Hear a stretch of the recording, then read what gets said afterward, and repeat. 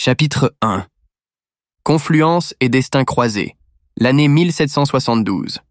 En cette année 1772, le temps semblait encore suspendu entre l'ombre des siècles passés et les promesses d'un avenir en mutation.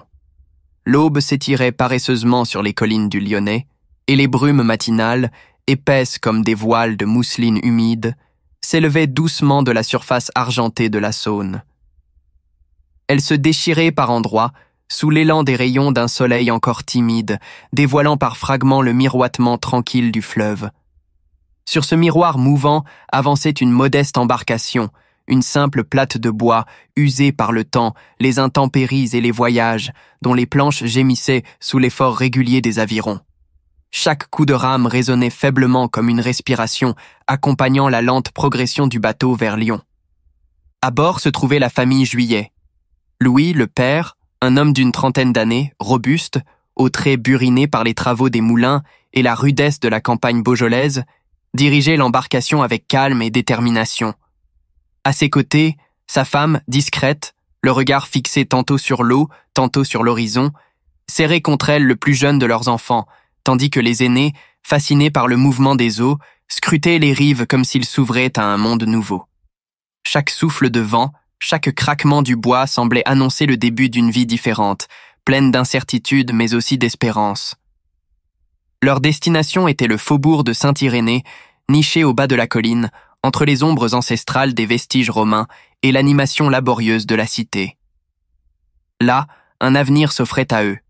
Louis avait trouvé une place dans un moulin-bateau, solidement amarré à la quarantaine, sur les eaux du fleuve, promesse d'un nouveau départ pour lui et les siens. Meunier de profession, Louis Juillet n'était pas un novice. Depuis plus d'une décennie, il avait exercé son art au moulin de la ville, à Villefranche, foulant chaque jour la farine qui nourrissait tant de familles. Le bruit régulier des meules, l'odeur des grains écrasés, le contact de la poussière de blé sur sa peau faisaient partie intégrante de son être. Pourtant, malgré la stabilité relative de cette existence, l'appel de Lyon, cité vibrante, bruissante de vie et d'opportunités, avait fini par devenir irrésistible.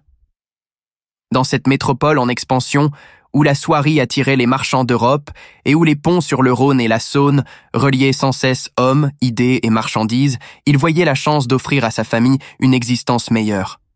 Sa profession, si essentielle dans une époque où le pain représentait l'âme de la table, pouvait lui assurer reconnaissance et prospérité, à condition de savoir saisir les occasions. Mais au même moment, et comme guidé par une invisible providence, un autre destin approchait également de la ville. Cette même année, 1772, le Rhône, puissant et impétueux, portait sur ses flots une barge chargée de troncs et de poutres, convoyant vers Lyon un autre voyageur. Le jeune homme, blotti sur un tas de bois rugueux, observait les rives avec une intensité mêlée d'appréhension et d'excitation. Il s'appelait Anthelme Sévoz et n'avait pas encore 18 ans révolus. Originaire du village de Luy, dans le Bugey, il avait quitté sans se retourner les collines abruptes et les vallons secrets de son enfance, laissant derrière lui sa famille, les amitiés d'adolescence et les sentiers familiers où résonnaient encore ses pas. Pour tout bagage, il emportait un simple baluchon, serré dans une toile grossière, contenant quelques vêtements de rechange, un couteau de poche et un peu de pain durci. Rien de superflu. En poche, il conservait un modeste viatique, quelques pièces de cuivre, suffisant pour subsister le temps du voyage. Plus que l'argent ou les biens matériels, c'était l'élan intérieur, l'appel de l'inconnu, qui l'avait mis en route.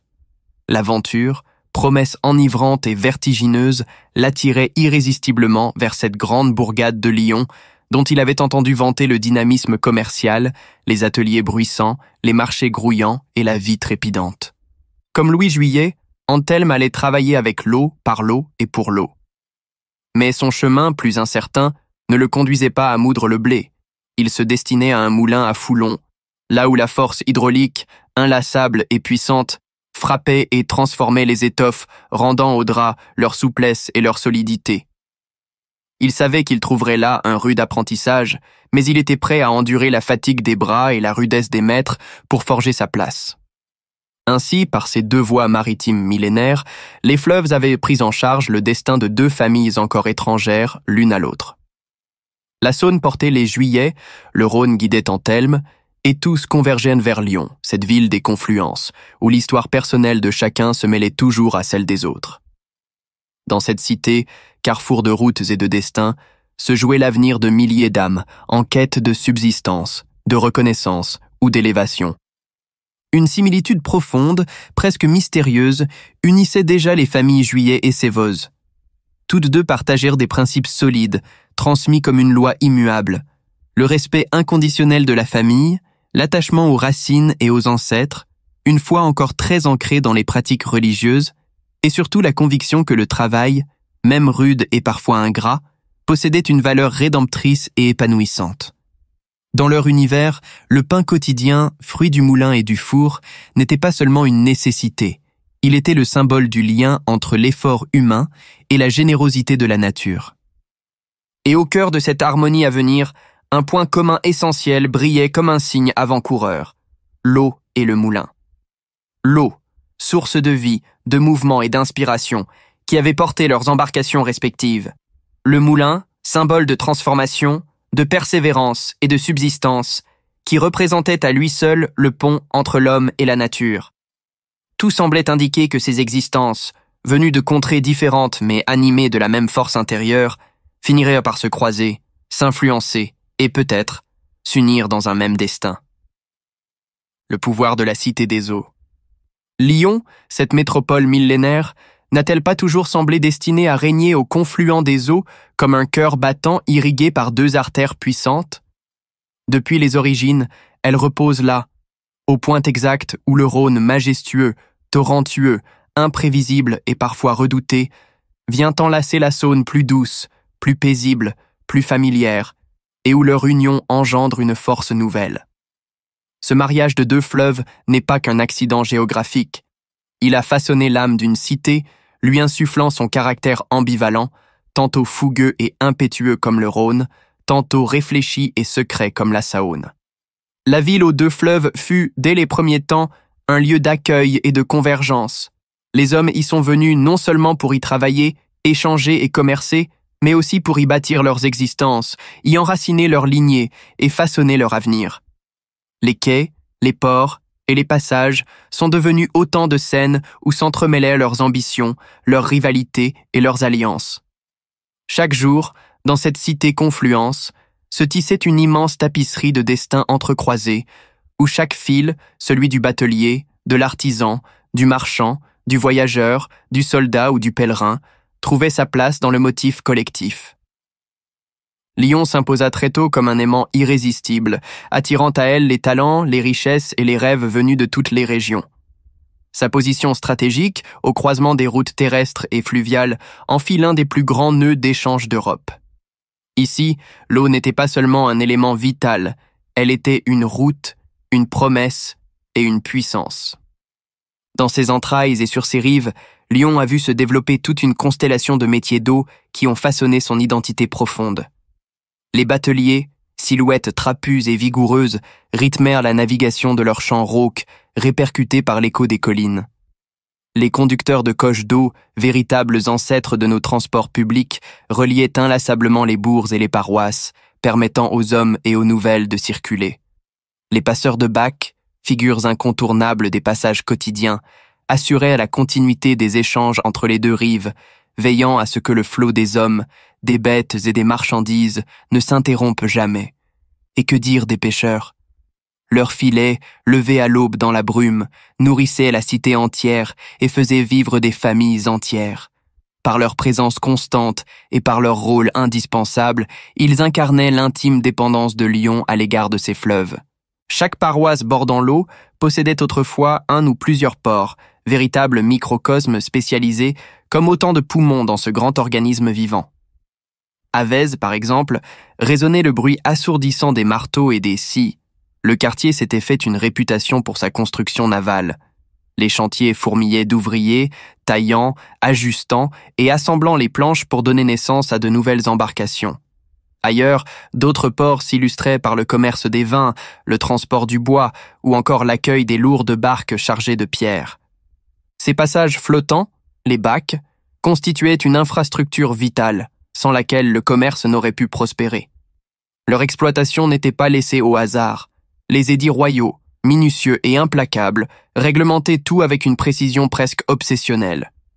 Ils fixèrent les tarifs, contrôlèrent le passage des hommes et des bêtes, organisèrent les foires, encadraient les transactions. Rien ne devait troubler la fluidité des échanges, tant la prospérité de la cité et du royaume dépendait de cet ordre. Ces points de passage, loin de n'être que de simples lieux de transit, possédaient un double visage. Carrefours commerciaux, ils étaient aussi des lieux de défense et de surveillance. Le pouvoir s'y affirmait, discret mais ferme, par la présence d'agents du roi, de gardes ou de collecteurs d'impôts. Les ports, les bacs et les quais étaient ainsi les pouls par lesquels battait la vie de la cité, mais aussi les veines par lesquelles circulait son autorité. Le rayonnement de Lyon débordait très largement le cadre de ses murailles. Sa puissance se prolongeait dans les villages environnants, dans les bourgs agricoles, dans les ateliers des collines, formant un vaste écosystème économique interdépendant. Tout ce qui se semait dans les campagnes, tout ce qui s'extrayait des mines et des carrières, tout ce qui s'élaborait dans les ateliers, finissait tôt ou tard par converger vers la ville, avant de repartir, redistribué, enrichi ou transformé. Ainsi, Lyon s'affirmait comme un centre provincial de premier ordre, véritable cœur d'un maillage raffiné qui reliait les grandes régions d'Europe entre elles. Par ses fleuves et ses routes, elle tissait des liens entre la Bourgogne viticole et ses vins réputés, la Suisse horlogère et ses trésors de précision, le rude massif central et ses ressources minérales, et jusqu'à la Méditerranée éclatante, porte ouverte vers l'Orient et ses richesses. C'est dans ce cadre que brilla la figure légendaire de Jacques Cœur, argentier visionnaire du roi Charles VII. Personnage hors du commun, il fit de Lyon le théâtre de ses audacieuses entreprises, à une époque où les prémices de la Renaissance se faisaient déjà sentir. Bien avant que Florence ou Venise n'imposent définitivement leur éclat, Lyon vit affluer des banquiers italiens, des architectes inspirés, des artistes talentueux, des marchands soyeux dont les étoffes faisaient la fierté des cours princières, et des drapiers dont le savoir-faire rivalisait avec les plus grandes manufactures d'Europe. Dans ces ruelles étroites, montant à l'assaut des collines, dans ces traboules secrètes, dans ces escaliers usés par des générations de pas, dans ces cours intérieures dissimulées et ces échoppes bruyantes, se jouait déjà le destin d'une ville appelée à devenir un foyer incontournable de l'économie et de la culture. Mais l'influence de Jacques Cœur ne s'arrêta pas aux murs de la cité. Dans les environs, il fit exploiter des mines riches en minerais et en pierres précieuses. Des sites comme Chécy, Brucieux, Saint-Bel ou encore Argentières devinrent autant de lieux d'extraction, où la sueur des hommes se mêlait à l'avidité des investisseurs. La navigation sur le Rhône et la Saône, encouragée et mieux organisée que jamais, connut un essor remarquable, reliant désormais avec régularité Lyon au rivage méditerranéen. Il ne faut pourtant pas s'y tromper. Cette navigation, cette symbiose avec l'eau, n'était pas une invention de cette époque.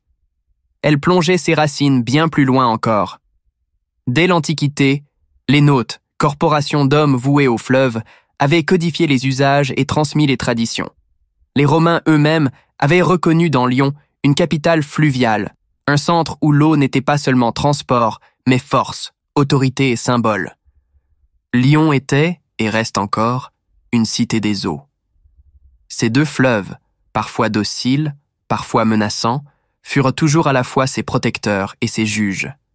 Ils lui ont donné sa prospérité, ses malheurs et son identité. Dans leurs reflets mouvants, génération après génération, les hommes de Lyon ont lu la promesse d'un avenir à bâtir. Le cœur du franc lyonnais, rives et moulins de Saône. Sur la rive gauche de la Saône s'étendait autrefois un territoire singulier, connu sous le nom de province du franc lyonnais. Ses limites, précises et respectées, dessinaient une bande de terre étroite, mais riche d'histoire, qui prenait naissance au nord, aux confins de la principauté de Dombes, et descendait vers le sud jusqu'aux abords du faubourg de la Croix-Rousse, ce quartier lyonnais vibrant où se mêlaient déjà les échos de l'industrie naissante et les cris des marchés.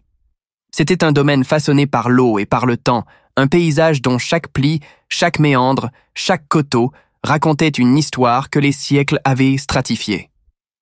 Le village de Fontaine, comme son nom latin Fontanae le suggère, évoquait l'abondance des sources qui jaillissaient de son sol. Adossé aux rives de la Saône, il dépendait autrefois du fief de Rochetaillé, une antique seigneurie qui englobait plusieurs paroisses, Rochetaillé elle-même, Fleurieux, Fontaine, mais aussi les fiefs du Buisson et d'Albonne. Ce patchwork de terre, si morcelé en apparence, formait pourtant un tout cohérent, soumis aux mêmes droits et coutumes, et partageant une vie économique centrée sur les eaux nourricières. À la veille de la Révolution, ce territoire connut une véritable métamorphose administrative.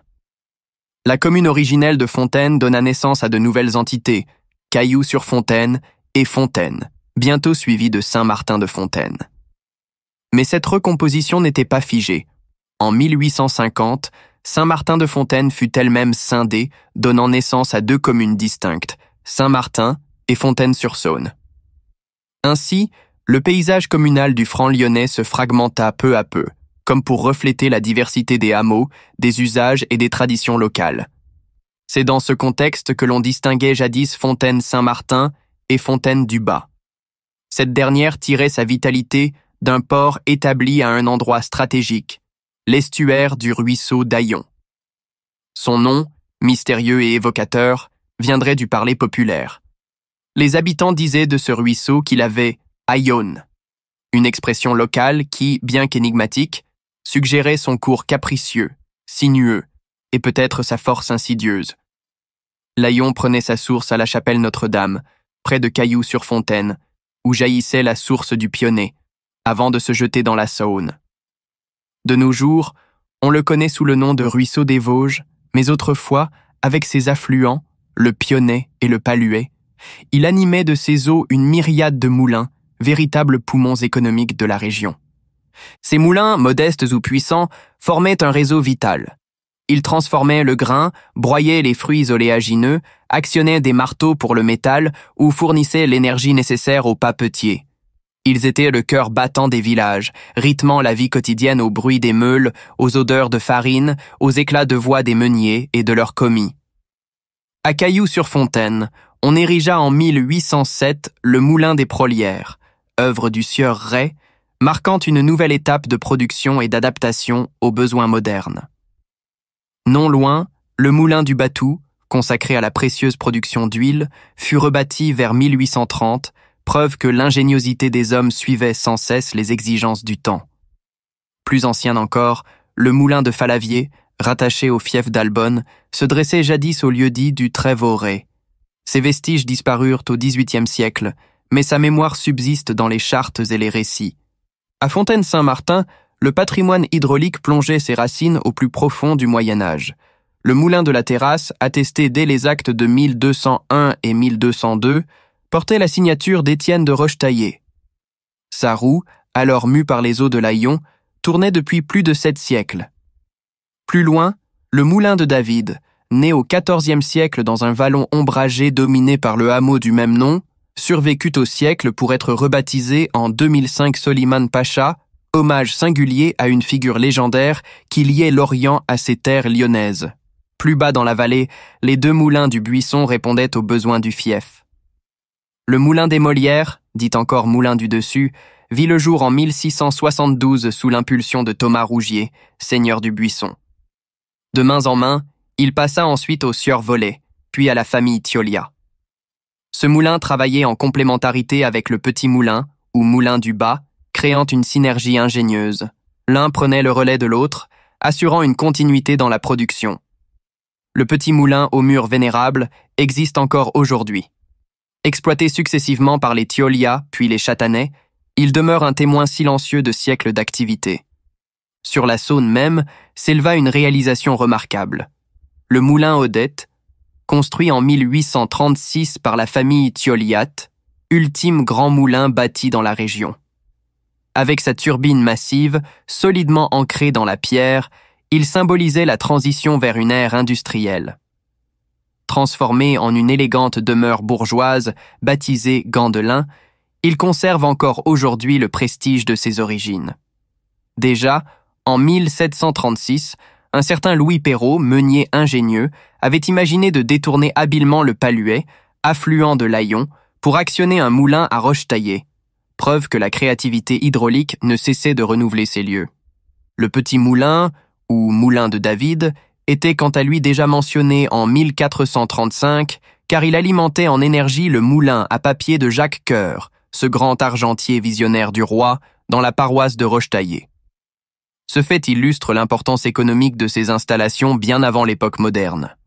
Particularité intéressante, bien qu'il dépendît du chapitre ecclésiastique, il était géré par un meunier laïque, ce qui témoignait d'une autonomie rare dans une société encore fortement marquée par l'emprise religieuse. Enfin, à Rochetaillé, le moulin du château, alimenté par le ruisseau des Échets, ou ruisseau Martin, possédait une particularité technique remarquable. Il disposait non pas d'un, mais de 2 biefs. Ce système ingénieux permettait une régulation plus fine des eaux et une exploitation optimale de la force hydraulique, assurant ainsi une productivité constante, quelle que soit dans les saisons. Ainsi, de source en ruisseau, de bief en canal, les moulins du franc lyonnais constituaient bien plus qu'un réseau industriel. Ils étaient la respiration même du territoire. Chaque roue qui tournait, chaque meule qui grinçait, chaque éclat d'eau qui jaillissait était le signe d'une humanité au travail, d'un peuple tirant de la nature l'énergie nécessaire à sa subsistance et transformant l'eau en pain, en huile, en papier, en vie. Le moulin et ses secrets, la vie sur l'eau. Plus loin en amont, sur les terres paisibles de Cailloux-sur-Fontaine, se tenait jadis le moulin du Pont. Ces vestiges ont été engloutis par le temps, ne laissant derrière eux que le souvenir de leur existence. À Fontaine-sur-Saône, du côté sud, près des ruines de l'ancien château-roi, démoli vers 1965, se dressait le moulin des Combes. Ce moulin tirait son énergie du ruisseau des Combes, parfois appelé ruisseau des Ronzières ou du Ravin. En amont de ce dernier, un autre moulin, le moulin de Mourus, marquait la frontière avec la commune voisine de Sathonay-Village. Encore plus au sud, à Fontaine-sur-Saône, là où le terrain s'élève contre la colline de Roye, 2 vigneronnes travaillaient la terre, et l'air résonnait du bruit de l'activité de 2 moulins, les moulins de Roye. Sur la Saône elle-même, au niveau des îles de Jousserou, aujourd'hui connues sous le nom d'île Roye, 2 moulins tournaient inlassablement. Du côté d'Island-sur-Collonges, plusieurs moulins-bateaux étaient amarrés à des pontons, fixes ou mobiles, et fonctionnaient grâce à l'ingéniosité de leurs propriétaires, les meuniers. L'approvisionnement de ces moulins se faisait soit par barque, soit par des biefs sécurisés sur pilotis qui reliaient les moulins à la berge, garantissant un approvisionnement constant en grains. Le moulin-bateau, une architecture flottante et une vie en suspens. Le moulin-bateau, ou moulin à nef, représentait une prouesse d'ingéniosité née du besoin vital de transformer les fleuves en alliés du travail humain. Suspendu entre 2 mondes, ni tout à fait navire, ni tout à fait édifice, il se composait, selon les modèles, soit d'une large coque unique flanquée de 2 roues à aubes latérales, soit de 2 coques jumelles encadrant une vaste roue centrale. Cette roue, mue par le courant de la rivière, communiquait sa force à un système de transmission rudimentaire mais efficace, dont le point de puissance, un cabestan ou un tambourin, actionnait les meules. Leur grondement régulier, sourd et continu, résonnait comme une pulsation vitale. La farine coulait, le pain suivait, et la survie des hommes en dépendait. La vie à bord, pourtant, n'avait rien de confortable. Les garde-manger étaient exigus, les réserves de boissons limitées, et l'espace intérieur spartiate, parfois réduit à une cabine obscure où le meunier et ses apprentis trouvaient un abri sommaire. L'eau, omniprésente, apportait autant de périls que de promesses. L'humidité rongeait les bois, le froid pénétrait les corps, et les crues imprévisibles pouvaient, en une nuit, emporter un moulin pourtant solidement amarré. C'est pourquoi le meunier, tout en travaillant sur l'eau, recherchait toujours une forme de sédentarisation sur terre. Il cultivait, dès qu'il en avait la possibilité, une vigne sur la pente voisine, un lopin de prairie pour nourrir un cheval ou un mulet, un jardin clos où poussaient légumes, froment, chanvre et luzerne, sans oublier un petit verger sain d'une haie vive. À Lyon, certains possédaient également un pas de porte et un logement exigu sur les quais, entre les façades resserrées des maisons marchandes. Ainsi, le meunier oscillait sans cesse entre 2 mondes, celui du fleuve mouvant et celui de la terre ferme, entre l'instabilité de la nef et la stabilité du champ. Mais le temps, qui efface les traces, a fait disparaître ces bâtisses flottantes. Aucun des moulins-bateaux de la Saône n'a survécu jusqu'à nous. Leur mémoire s'est dissoute dans le courant, ne subsistant plus que dans les archives, les récits des chroniqueurs et la tradition orale, Comme un murmure emporté par le vent sur les rives. Louis Juillet, l'homme du courant et des meules. C'est sur l'un de ces moulins flottants que Louis Juillet, héritier d'une longue lignée de meuniers, fit ses armes à Lyon. À peine arrivé dans la cité, il afferma l'exploitation d'un moulin-bateau à blé, amarré à la quarantaine, à l'endroit précis où Saône et Rhône s'embrassent. Le bail, passé avec les comtes de Lyon, n'était pas qu'un contrat. Il représentait un engagement solennel, une alliance entre un homme et une ville. Pour Louis, le but était clair et vital. Produire la farine qui nourrirait non seulement les habitants, mais aussi les nombreuses congrégations religieuses de Lyon et des faubourgs occidentaux. Dans une époque où le pain constituait l'essence même de l'alimentation, cette tâche revêtait une importance capitale, presque sacrée. À ses côtés, sa famille s'installait dans un logement modeste aux Étroits, quartier simple et animé, dont les venelles exiguës résonnaient du pas des artisans et du cri des marchands. Là naquirent 2 de ses filles, Françoise, 9e enfant de la fratrie, et Benoîte, la benjamine. Parmi la petite troupe, un lien singulier se tissait. Antoine, le second fils, âgé de 9 ans, et sa sœur cadette Antoinette, née à une année d'intervalle, devinrent inséparables. Antoine se fit le confident, le protecteur, l'ami d'âme de cette sœur vive et volontaire. Leur relation, faite de complicité et de mutuelles influences, allait jouer un rôle déterminant dans les destins à venir. De l'artisanat à la maîtrise, l'évolution d'un savoir-faire. Avec les années, Louis ne fut plus seulement un meunier parmi d'autres. Son expérience accumulée, son intelligence des eaux et son sens pratique firent de lui un maître constructeur de moulins. Il ne se contentait plus de moudre le grain, il savait concevoir, ériger et installer les moulins-bateaux, maîtrisant les subtilités de leur ancrage, la résistance des coques et l'orientation des roues selon la force du courant. Plus encore, il possédait un savoir rare, celui de déplacer les moulins au gré des eaux pour les protéger des crues ou pour améliorer leur rendement. Cette science, fruit d'observation et de pratique, lui valut une réputation solide. On le consultait, on lui confiait la gestion des installations, l'organisation des approvisionnements, la régulation des machines. Louis était devenu une référence incontournable dans l'art de dompter les fleuves. Une tradition héritée, Claude Juillet est le legs du fief du Buisson. Cette renommée, Louis la devait en grande partie à son père, Claude Juillet. Celui-ci s'était bâti une réputation irréprochable au sein du fief de Rochetaillé, où il avait servi avec probité et compétence. Claude avait inculqué à son fils 2 principes intangibles, la probité dans le travail et une éthique irréprochable. Grâce à cette réputation, Louis trouva à Lyon un accueil plus favorable que bien d'autres nouveaux venus, souvent malmenés par les jalousies et la concurrence des corporations. Au cœur du fief du Buisson, à Fontaine en Franc lyonnais, Claude Juillet avait administré les moulins de Dame Véraud, veuve du noble Léonard de Born. Le château du Buisson porte encore, gravé dans la pierre de ses façades, les armoiries des de Born. Un blason silencieux, témoin d'un âge révolu où le pouvoir se scellait dans la pierre et le travail dans l'eau. Une illustration en noir et blanc de ce blason, sculpté dans la pierre, accompagnerait idéalement ce passage dans un livre. Claude n'était pas seulement meunier. Il disposait d'un bateau et de 2 chevaux, instruments précieux pour naviguer rapidement sur la Saône jusqu'à Lyon, acheminer farine, outils ou bois et ravitailler le village. Son droit d'attache au port du Bas de Fontaine, à la lisière de Collonges, constituait un privilège reconnu.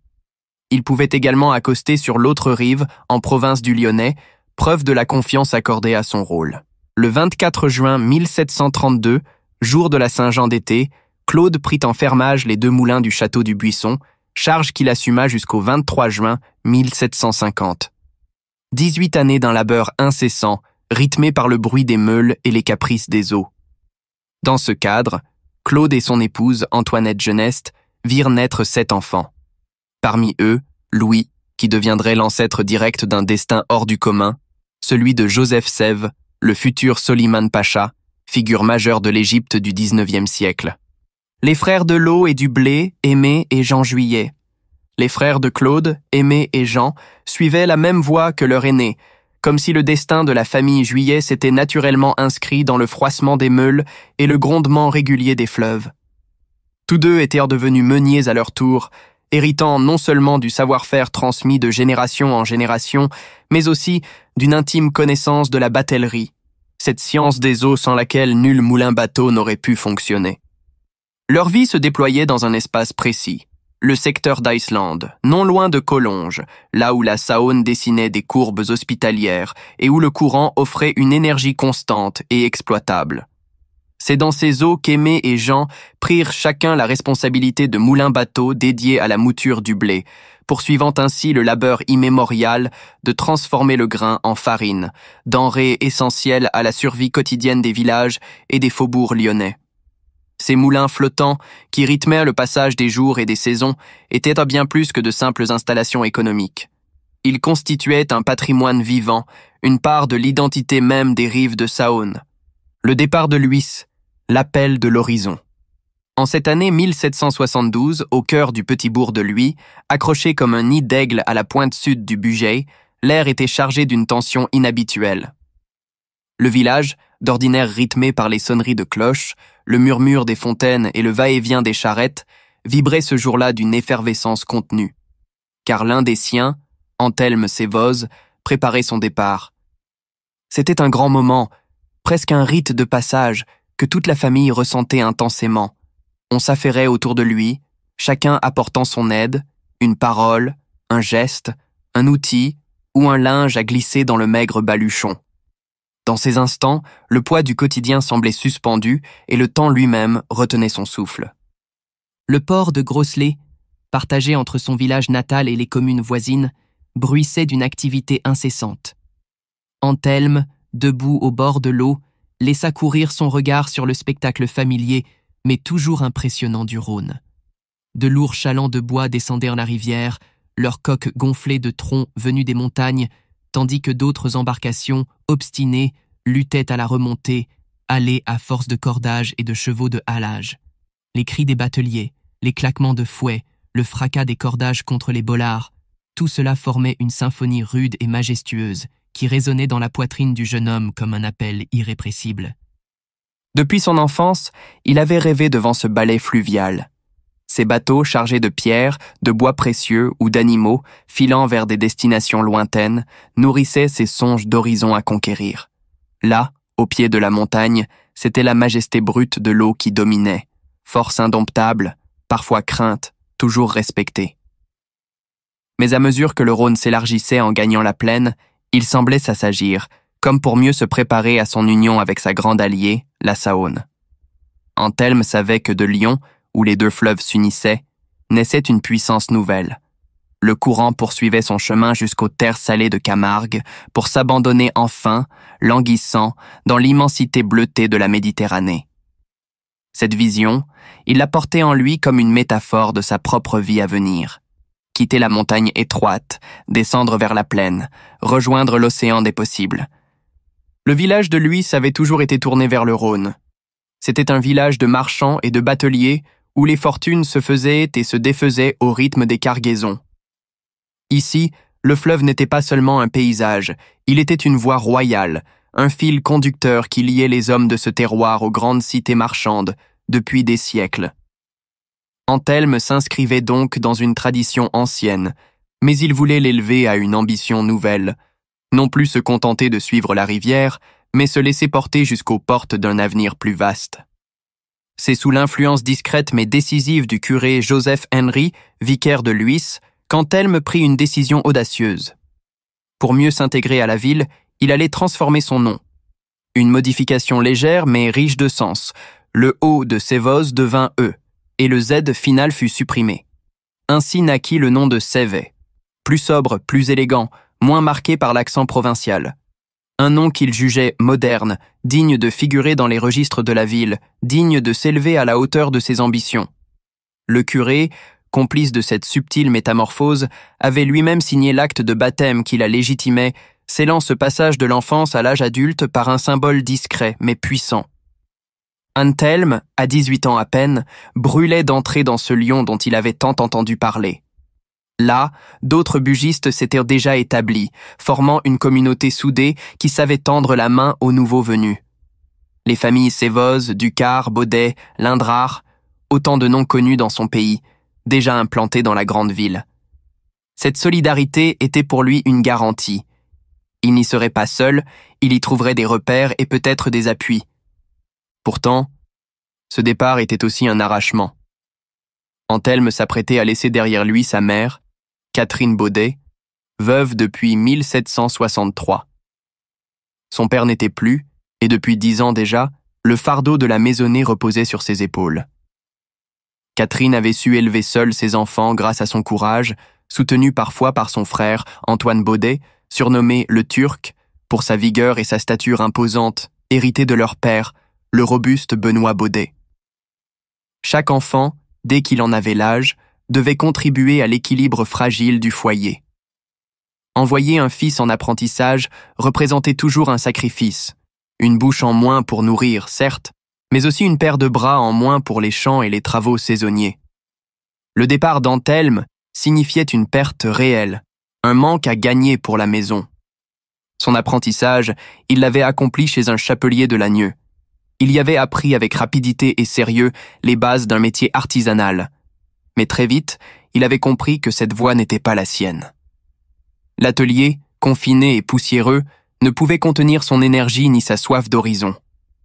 Son destin ne se jouerait pas dans les galons de feutre et les cônes de laine, mais dans l'espace ouvert des fleuves et de la cité. Ainsi, au matin de son départ, Anthelme portait dans son cœur une mélange complexe.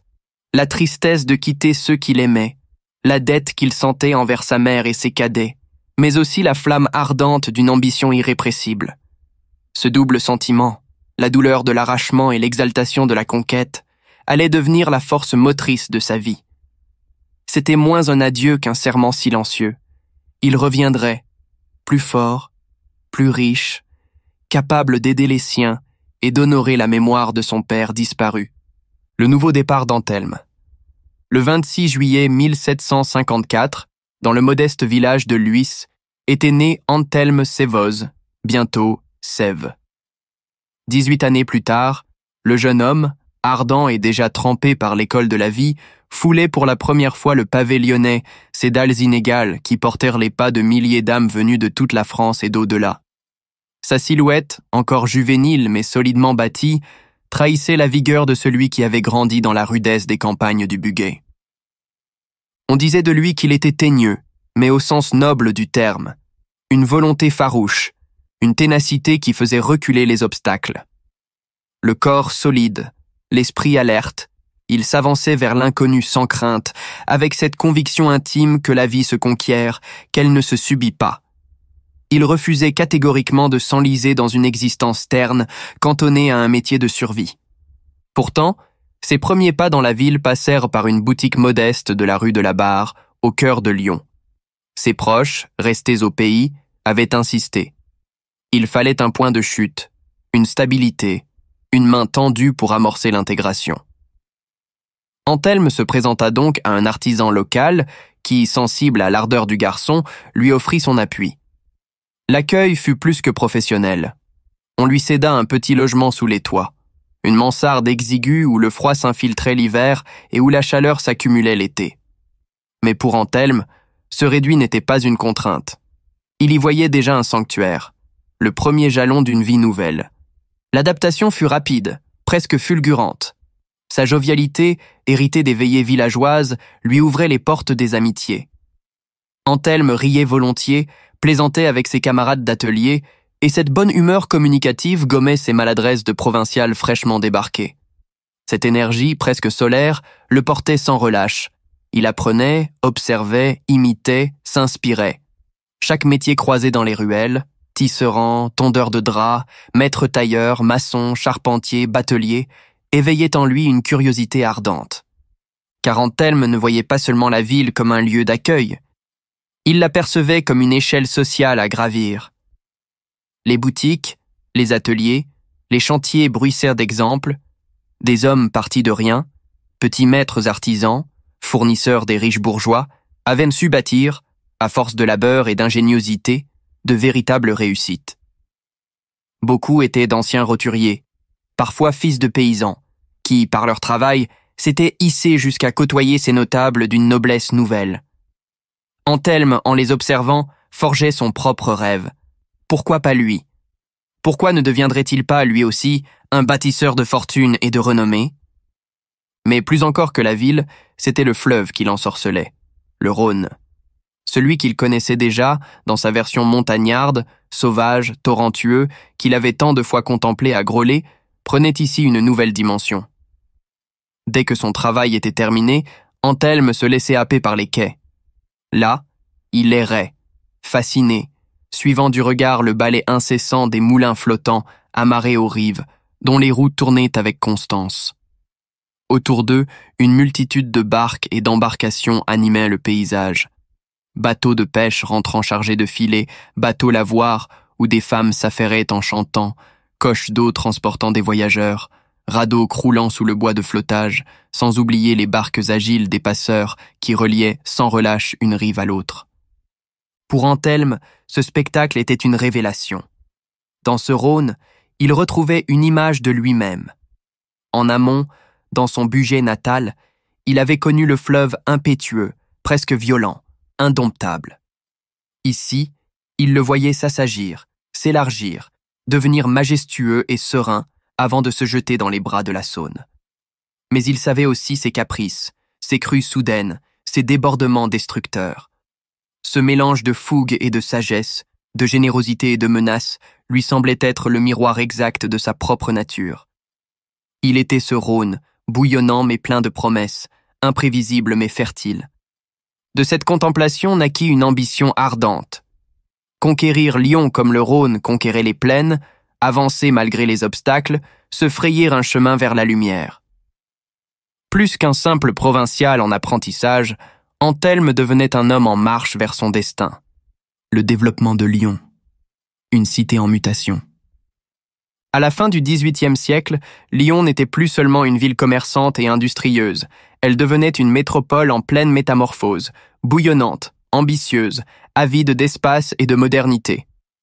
Ses rues étroites, héritées du Moyen-Âge, peinaient déjà à contenir le flux incessant des habitants, des artisans, des marchands et des voyageurs. Les quais, toujours plus encombrés, résonnaient du bruit des barques accostant, des ballots déchargés et des voix criardes des crieurs publics. Le souffle d'un changement profond se faisait sentir. Lyon cherchait à s'élargir, à respirer, à se projeter dans l'avenir. Le quartier des Brotteaux, à l'est, incarnait ce désir d'expansion. Au-delà de la presqu'île historique s'étendait une vaste plaine encore marécageuse par endroits, mais promise à devenir un espace urbain moderne. Pour cela, il fallait des ponts. Ces ouvrages n'étaient pas seulement des passages pratiques, ils représentaient des artères vitales destinées à irriguer la ville nouvelle, à relier les faubourgs et à fluidifier le va-et-vient des hommes, des marchandises et des idées.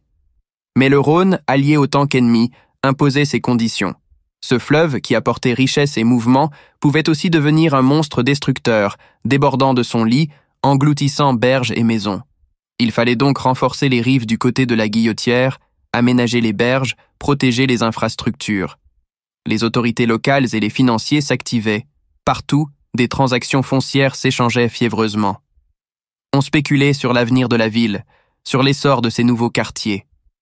La terre devenait un enjeu de fortune, reflet du dynamisme économique et de la confiance en ce futur radieux. Au cœur de cette effervescence, de grandes figures se distinguaient. Jean Morand, architecte visionnaire, concevait un pont audacieux qui devait relier la Part-Dieu, encore semi-rurale, aux Brotteaux et jusqu'à la rive opposée. Son projet n'était pas seulement technique, il ouvrait un monde de possibles, transformant la topographie même de la ville. En parallèle, l'architecte Antoine-Michel Perrache proposait une entreprise titanesque. Prolonger la presqu'île au-delà d'Ainay, jusqu'en dessous de la Quarantaine. Ce prolongement colossal permettrait d'établir une jonction avec le pont de la Mulatière, créant une continuité entre Saône et Rhône et offrant un espace nouveau pour la construction d'une gare d'eau où convergeraient barges et péniches.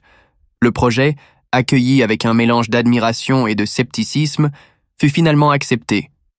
Un pas décisif vers l'aménagement d'un Lyon moderne et structuré. Ainsi, le paysage urbain s'apprêtait à se transformer radicalement. Les anciennes berges laissées aux pêcheurs et aux laveuses cédèrent la place à des quais renforcés, à des entrepôts solides, à des passages élargis. Lyon, jadis confiné, allait devenir une cité ouverte, respirant à plein poumon, connectée toujours plus étroitement à son fleuve. Mais ce fleuve, le Rhône, restait une figure ambiguë. Les Lyonnais le craignaient autant qu'ils le vénéraient. Donneur de vie et porteur de mort, il incarnait à la fois l'abondance et le danger.